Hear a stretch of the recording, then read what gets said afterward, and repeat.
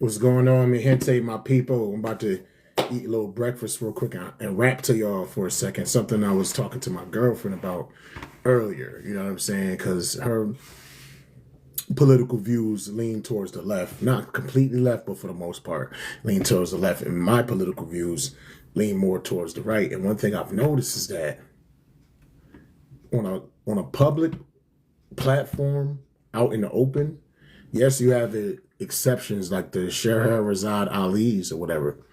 But for the most part, women never really call out other women. That's how we're going to start this. Give me 1 second. Get my food.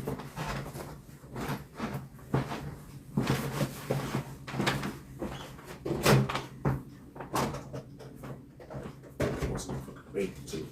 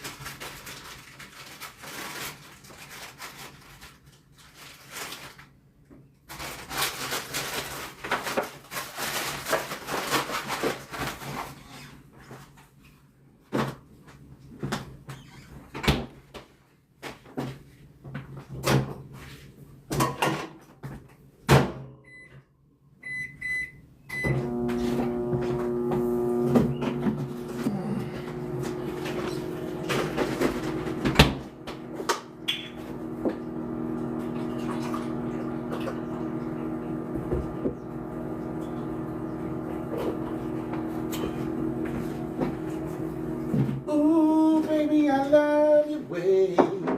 Every day, every day.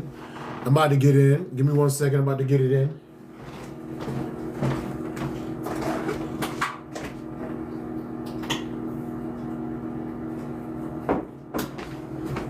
The moon appears to shine and light the sky with some hail of some fireflies.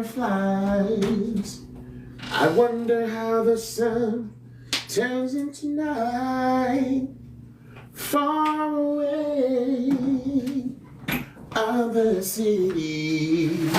But don't, oh no, hesitate, la-di-da, for your love.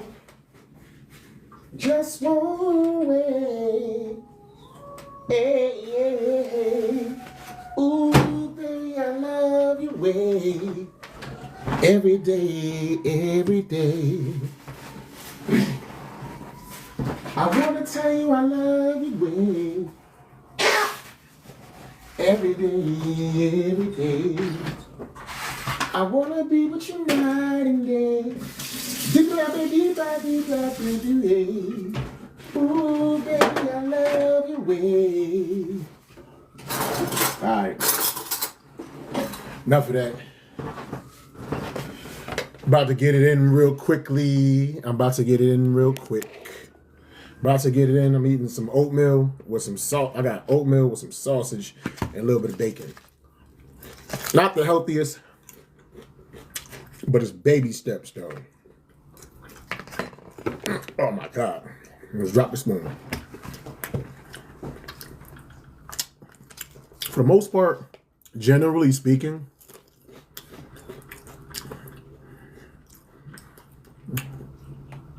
women never call out other women.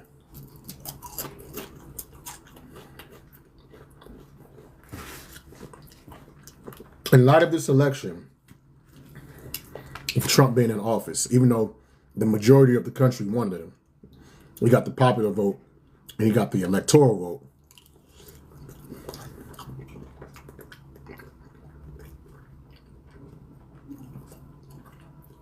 You see,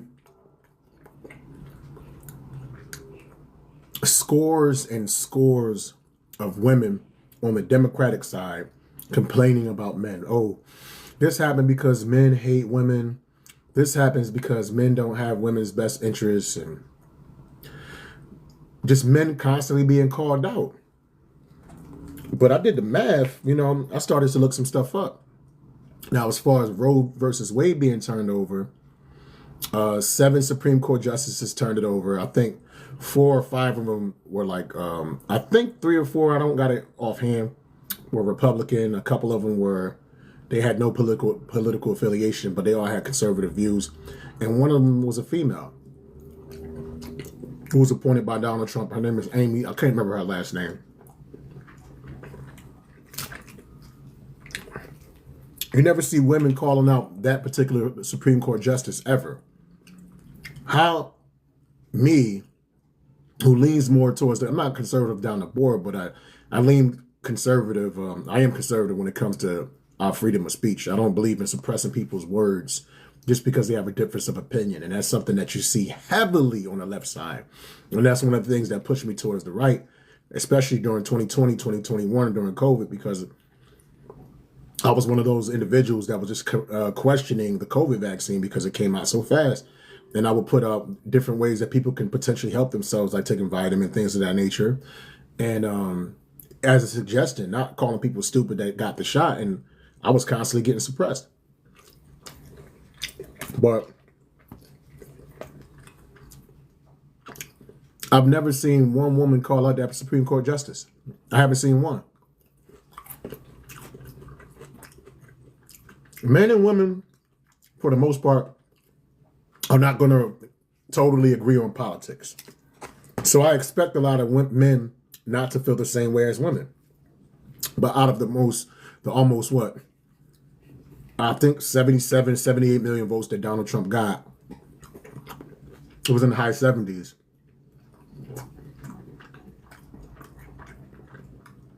Over 40 million of those was women.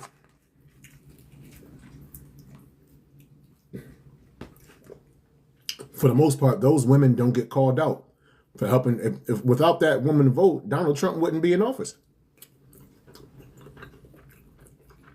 The men gonna vote how they gonna vote. That's out of the equation. It's the women that pushed it.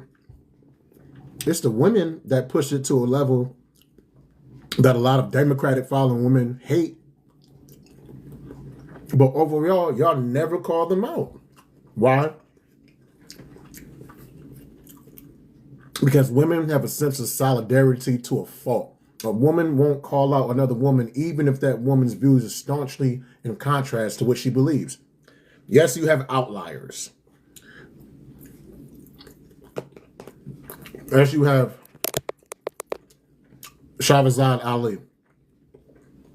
If I'm saying her name wrong, I apologize. She was one of the few women, especially in the 80s, and this is more geared towards black folk, but it still involves everybody. But in the 80s, there were so many talk shows that basically demonized black men. From the war on drugs, black men were viewed as crackheads and deadbeats and things of that nature. And you had shows like Sally, Jesse Raphael, and Geraldo and Rolanda, especially even in the early 90s as well. Jerry Springer, Maury Povich, Richard Bay, Ricky Lake, all getting at men, mainly black men. And Shahrazad Ali was like the only black woman that was calling black women to tax that were doing negativity in the community. She wasn't showing solidarity towards women. She was showing solidarity towards reality and towards the truth. You don't see that enough. And I think if more women would strip that solidarity nonsense and basically call out en masse other women who they don't agree with politically and they think are a detriment to their life and their well-being, things will be different. Trump probably wouldn't be in office. Don't blame men. Don't blame men. Men gonna do what they do. It's a lot of quote unquote sisters that help put him in that position. But overall, yes, a few here and there, y'all call them out. Overall, y'all don't call out those sisters. Tariq Nasheed said this years ago when he used to get at women in the black community. He said the problem is there are a lot of good, upstanding women in the community, but the problem is they circle their wagons around degenerate women. And sometimes it's hard to tell who the lawyer is from who the sexy red is, you know? And they have this false sense of solidarity. If more of y'all would have did that, you probably could have swayed some of those women who were following their conservative husbands, as they say. Now, I don't know the specific numbers and breakdown as far as how many of these women were married that got Trump into office. I don't know those numbers, but somebody was telling me like a lot of those women voted out of fear of what their husband felt, and I doubt that. I don't. America, this isn't Saudi Arabia where women got to wear hijabs and cover themselves and like basically walk 20 steps behind their man or 20 steps ahead, or however they break it down. There's not this pervading fear that women have to do what their men tell them to do. I don't see that in America. I think if a lot more women on the left would call out women on the right who voted for who they didn't want in office, there's a chance he might not be there. I really believe, but I just don't see it. And I'm on this social media all the time, every day. I don't just watch one side. I watch the left. I watch the right. I listen to a lot of things. You know, it's a lot of man bashing, a lot of bashing on the right in general. But I don't see women getting at women who didn't basically go the way that they wish they would have gone. A lot of times you cannibalize yourself, man. Men attack men all day. I see men on the right attacking dudes on the left for the votes that they chose. I see dudes on the left attacking guys on the right. It's just, we always constantly fighting. Like that's normal. You know what I'm saying? Men are just competitive in nature, so you see that a lot more. But I don't see it with like I said, you have the outliers like the Sherazade Ali's. I can't think of another one. It's a couple others, but I just can't think of them off the top of my head. And that's and that's a microcosm right there that I can't think of women that put other women to task. Okay, I'll think of one on a lower level, but a lot of black people in the black manosphere don't fuck with her. You know what I'm saying? Because she stole Kevin Samuels' whole swag. But Just Pearly Things, that's a prime example. Just Pearly Things is a white woman that gets at women for what she deems as their fuckery. Okay, so that's two. Sherazade Ali, who most of y'all probably don't know, and Just Pearly Things, who most of y'all probably don't know.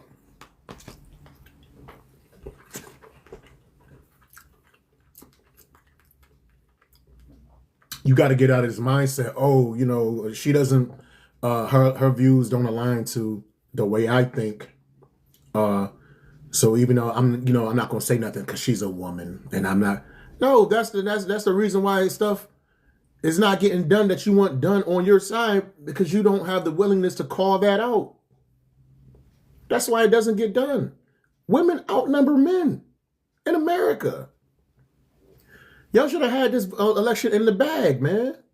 I mean, we're not even going to get into the issue of the candidate wasn't prepared. That's not even an issue. I even think with the candidate not really being prepared or not being the right one, I think if enough women called out other women who they deemed was on BS, Trump wouldn't be in the position that he's in. But not enough of you do that. Why aren't y'all calling out the Supreme Court justice that voted against Roe versus Wade, Amy, whatever her name is? Why not? Why not call the 40-something million women that voted for Trump? Something crazy. No, it's like 30-something million. Out of his 78-something million votes, I think 45% were women. It was something crazy, but it was tens upon millions. A lot of women agree with him being in office. I don't see women on the left en masse calling out those women. I don't see it. Why is it? Why don't I see that?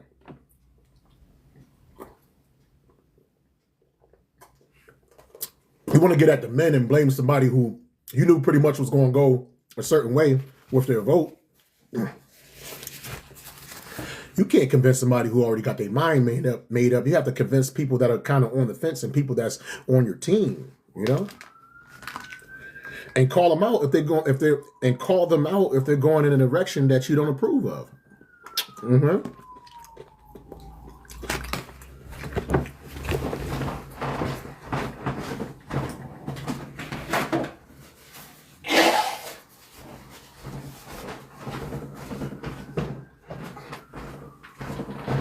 You know, people crying and screaming at the phone. Crying and screaming at the phone is not going to get things changed.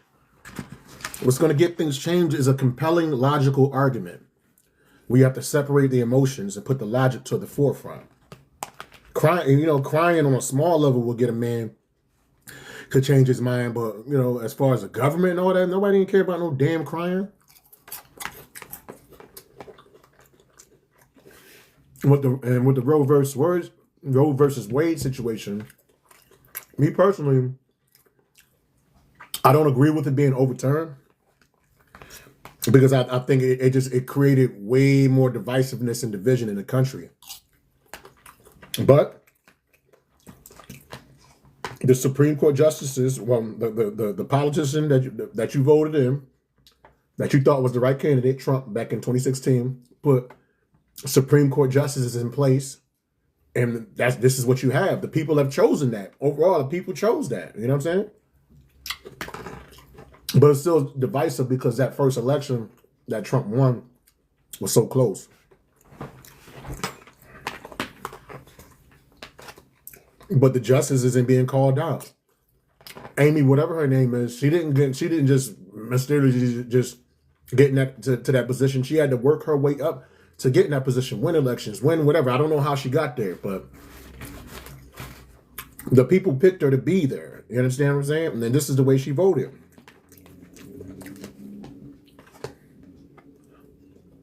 I don't hear her getting called out.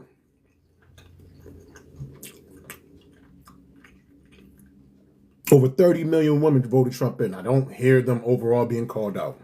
I don't hear that.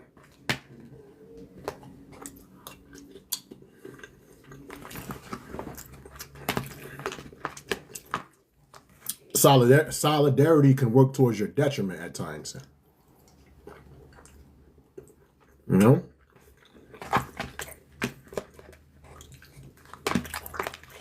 Yeah, I had this in the bag, man.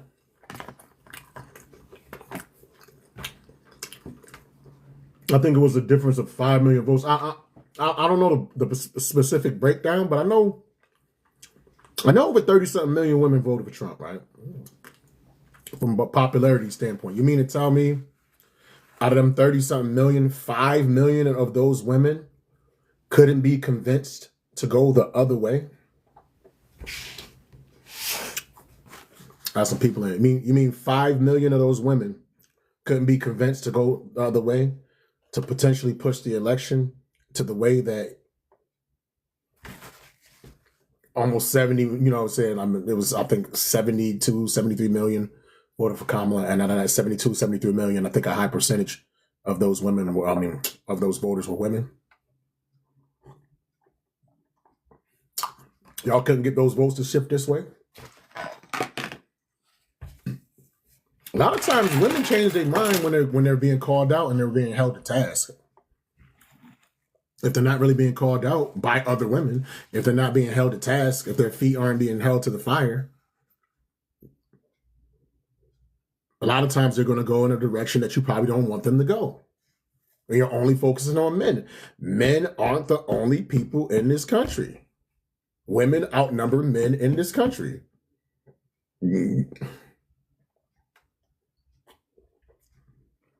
And the thing is, Roe versus Wade, I think it's a very big issue, but it's not the only issue in America, right? And it's not an issue that it should be important to most.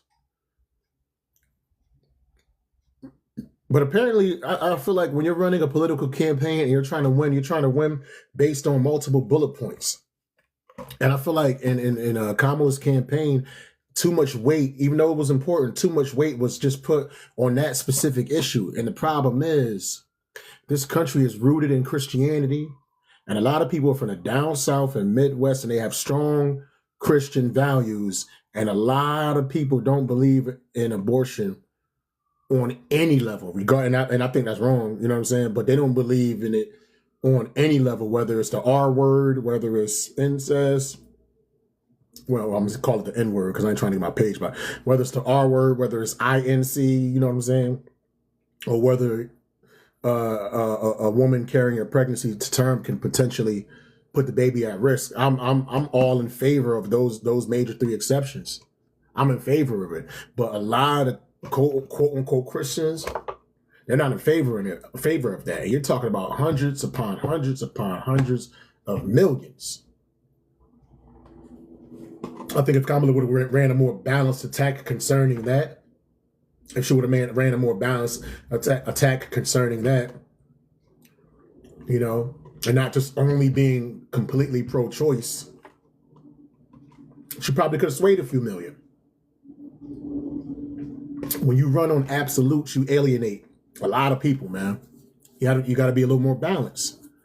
That's one of the reasons why Trump got in there, because he took a balanced approach with foreign policy with Israel and with foreign policy with Palestine. He took more of a balanced approach. That's why he was able to get votes from both sides. You have to be a little balanced. You got to be a politician, you know? But a lot of these Americans are rooted in Christianity, man. So to run the pro-choice, you're going to alienate a lot of people. A lot of people just don't agree with it. I agree. Like I said, I agree with pro-choice to a fault, but it's not really, as a man, it's not really my business. When I was voting, that's not what I had in mind. When I chose to cast my ballot, I was thinking more of the lines of border security. My main thing was just freedom of speech, independent energy, border security. Those were my main issues. You know, pro-choice, pro-life. Me personally, I'd rather just leave that up to women and make their decisions. But that's just me, though. You know,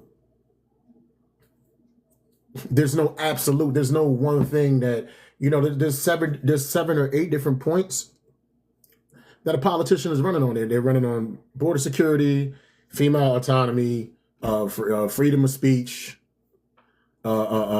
security in general, like gun laws and things of that nature, taxes or what have you. But if you only like run a campaign that's only heavily weighted on like 1 or 2 out of the 10 potential things that you can talk about, you're going to lose. It's like if you're a football coach, right? You're a football coach, NFL. You got, first of all, you got multiple positions. You got quarterback, you got the lineman, left tackle, right tackle, nose guard, and this is on the offensive side, tight ends, wide receivers, slot receivers. You know, and on the defensive side, you got I think I did it the wrong way, but you got the center, you got the defense, you got what I'm saying, you got the left tackle, you got the right tackle, you got linebackers, middle linebackers, outside linebackers, wide receivers, I'm not wide receivers, cornerbacks, nickelbacks, free safety, and strong safety. And then you got the offensive coordinators, you got the defensive coordinators, you got the quarterbacks coach, linebackers coach, running backs coach. You got all these different coaches. You got all these different parts and components that makes a football team successful. Let's see America, or you trying to win the presidency as a football team. If you only focus on just your line, that's it. Your offensive line, protecting the quarterback, you know, protecting your best, you know, like, and the quarterback is very important. But if you only focus on that, what about the defense? What about the running backs? What about the linebackers?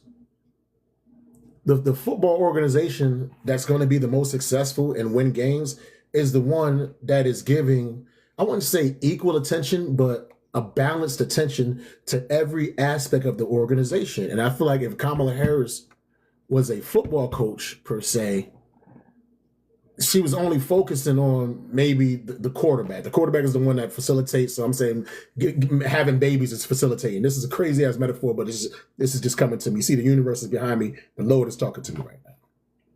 If you only focus on one aspect, you basically alienate every other aspect of the game. And I think that's what she did. I'm looking at it, and I'm not saying I'm a political pundit or anything like that. But I follow this stuff, and people have told me that I'm intelligent, and I'm just looking at it from a logical standpoint and relating it to sports. And I'm like, yo, she only focused on a relatively, I want to say small, but she just focused on limited aspects within her politics, as opposed to Trump. He focused on a broader array of aspects. That's why he got a broader array of votes.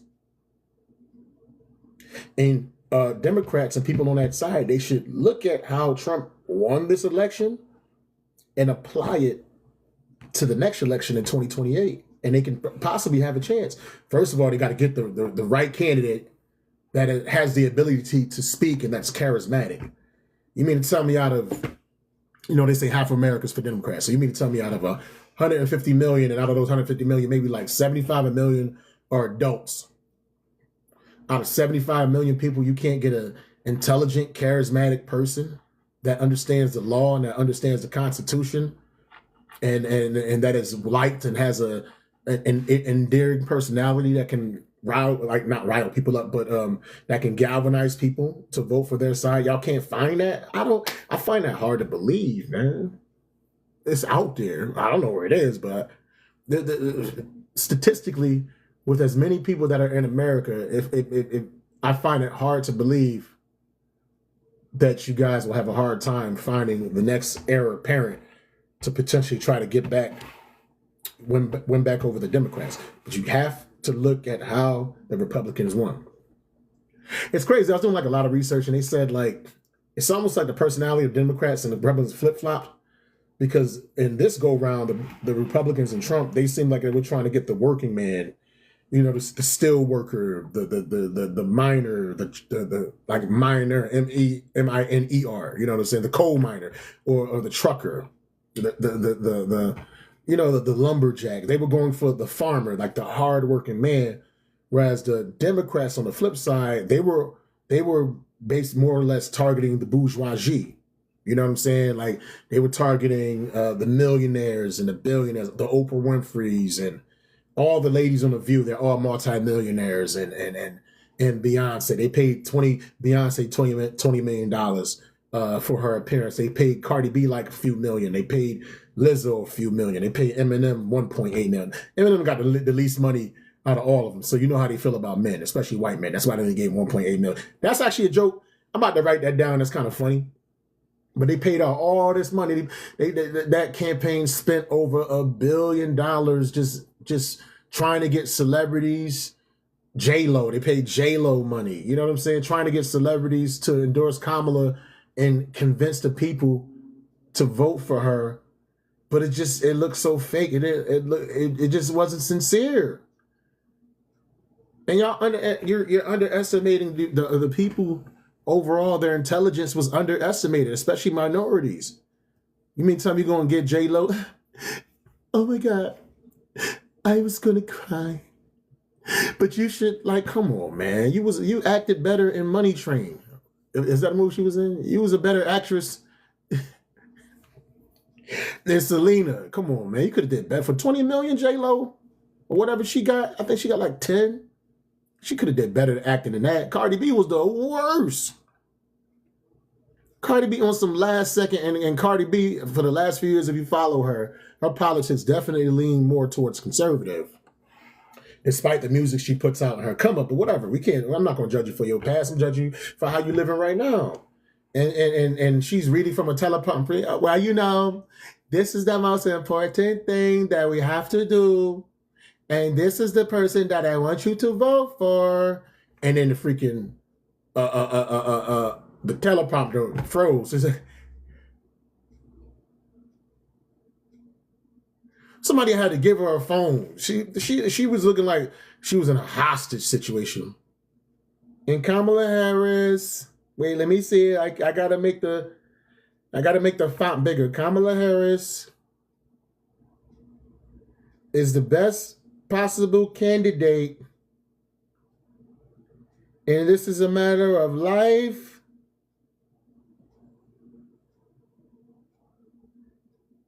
and death.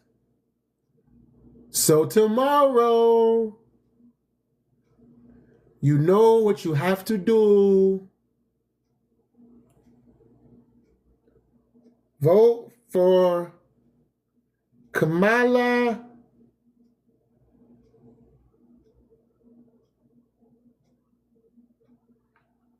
Harris. Get the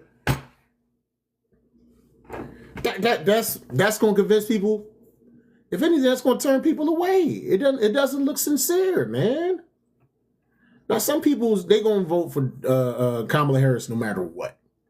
And those are the people that need not be convincing. You're trying to convince somebody that's on the fence that's not sure of which way they're gonna go. And isn't Cardi B as a career? She is a professional rapper. She is on screen all the time talking to people. One of the reasons why she gets paid is because of her memorization skills. You mean to tell me she couldn't just take the time to say the words over and over again? I took an acting class, man. There were times like we was able to remember like 2 paragraphs within 30 minutes. She couldn't have took the time, and she getting paid buku bank. If they ain't paying that money, Cardi B wasn't coming out. Over $1 billion was put into that campaign, and they are in a $20 million deficit, and they still lost the election.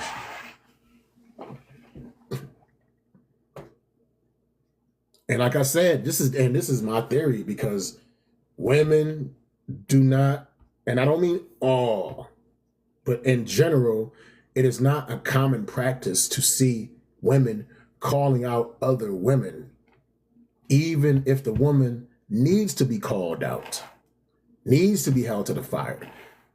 More good, or what we deem as good, upstanding women need to call out other women if they think they are with the BS. And I just don't see it often at all.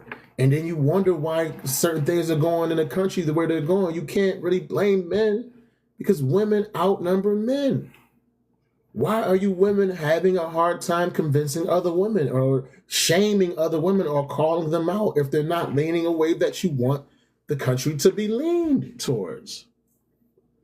You can't blame guys for that, man. You can't. Sometimes you gotta blame yourself. You know? Sometimes you gotta blame yourself. Let me see my boy George T. Funny. Let me see if this fool get on there. That's my peoples right there. Nah, he gone. He gone. I'm gonna say hi to the people. But I want to talk to somebody. If anybody want to pop up and holler at me, and holler at me or what have you, man, come on up here, man. Let me try to invite these people, man. What's going on, man? I'm sending out invitations. I want to talk. I can talk for hours, but I want to see how other people feel. Am I being a man? Am I being closed? Am I being closed minded?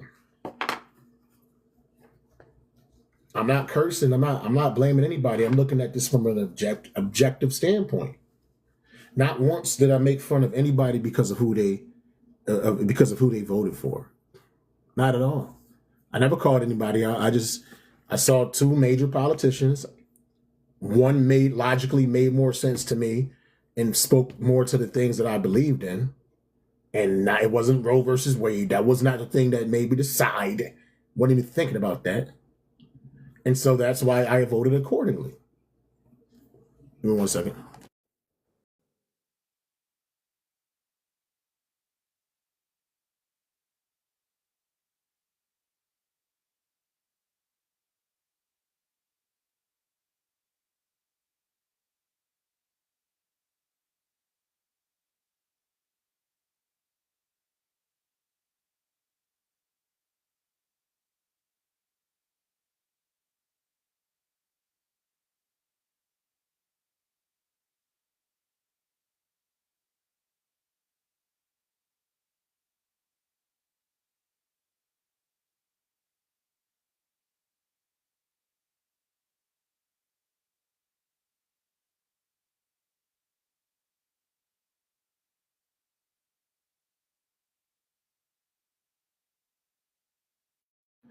Yo, yo, every time I get a robocall and it's always like somebody from like another country, and a lot of times they sound like they're Indian or something like that. The thing that I do to annoy them, I just speak in a worse accent than what they have. I get them frustrated. Like the thing that frustrates us with them, with their terrible accents and just randomly calling us, I just make my accent way worse. And she started laughing. She actually laughed. It's like, she started chuckling, so that was cool. But yeah, I want to talk to some of y'all people about this, man. And the energy and the passion of people yelling at their phone and being so upset and crying and all this. Oh my God.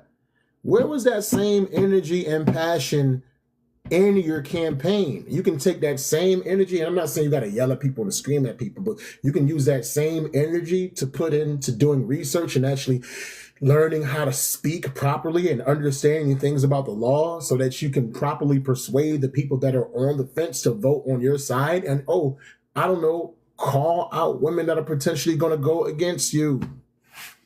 Don't really see that on a large scale. You don't see it. I see women on the right calling out women on the left a little something, but even in that instance, still not a lot. I don't see that a lot. It's crazy. Like the results of these elections, there's so much blame, but them blaming the candidate herself. It's like they blame the white men. But I mean, the white men going to pretty much vote how they vote. Like conservative white dudes is not going to vote for no Democratic politician that is a conservative. So the white guys going to do what they do. They're going to blame white women. Well, white women going to pretty much stick to their white men. Then you're gonna try to blame black men, but black men only represented like a very, very small percentage of the people that voted. You're gonna blame black women. Black women voted for Kamala 90%. Only 10% of black women voted for Donald Trump. And we only make up 13% of the population. 13% of 330. Let me see if I can do the math right. 13% of 330, that's 33 million plus a 9. So 13% is about 42 million, and then 42 million divided by that's 42 million, and then out of that 42 million, like 52%. So let's say 23 million American black women, 23 million women in America are black. So out of that 23 million, they said 90%. So you do 93%, that's 2.3. So basically 20 million black women out of a possible 23 million voted for Kamala, but that's 20 million out of like 70 or 80. So no, I'm sorry, I flipped that. So that means like 20-something million voted for Kamala. Only about 2 or 3 million black women voted for Trump. You can't blame them neither. He said 78% of black men voted for Kamala Harris. So that means that 22% of black men voted for Donald Trump, and about 22% of, and I said it's about 20-something million black men in America. So 10%. So only like 4 or 5 million black men voted for Trump. You can't blame it on that. You still got 70 other million. And I just did all the math off the top of my dome. I'm pretty decent with numbers like that. But yeah, you can't blame it on that. It ain't our fault. And then you have to ask the question, how do we go from, I think, I forget the breakdown, but I think 78% of black men voted for Joe Biden back in 2020. But that dropped down to like, I think it dropped down 11 points, or like 68 or something like that. Yeah. You got to ask yourself, why were the black guys feeling Joe Biden more than they're feeling Kamala Harris? That's a whole nother topic. That's a whole nother discussion. And you know what? I'll probably start another video and expound on that, because I have my theories and my ideas.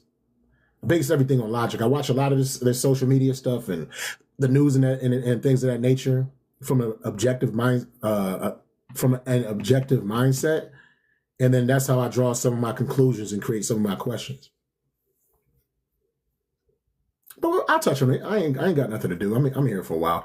I think one of the reasons why a lot of men wasn't really feeling Kamala because she did not seem sincere in her blackness. Yes, she has my skin tone, but she was not raised with the typical black experience. She was raised by an Indian mother. You see the clothes, and I'm not knocking her for this. I think if she would have ran as I'm going to be the first woman of color to be a president, as opposed to I'm going to be the first black president, first of all, she would have gotten a lot more Indian support, Latina support, black support, white, because overall she embodies every woman.